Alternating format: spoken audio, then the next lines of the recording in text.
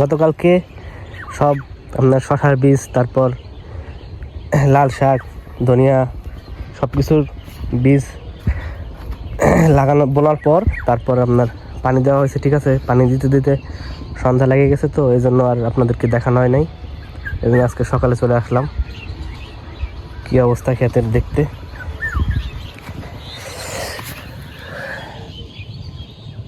এখন ধনিয়ার বীজ প্রায় অনেক বীজ আপনার মাটির উপরে রয়েছে, দেখা যাক কি হয়। এইদিকে কিছুদিন আগে আপনাদের দেখাইছি যে এই গমের ক্ষেতে সার দেওয়া হয়েছে, তারপর পানি দেওয়া হয়েছে। গম বেশি একটা মনে হয় না ফলন বেশি একটা ভালো হবে। ঠিক আছে, দেখা যাক এখন তারপর কি হয়, আল্লাহ ভালো জানে। মোটামুটি হবে আর কি, এরকমই।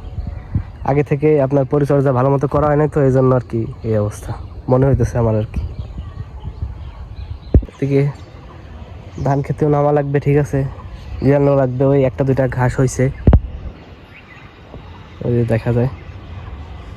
এখন যদি না নামি পরে দেখা যাবে আবার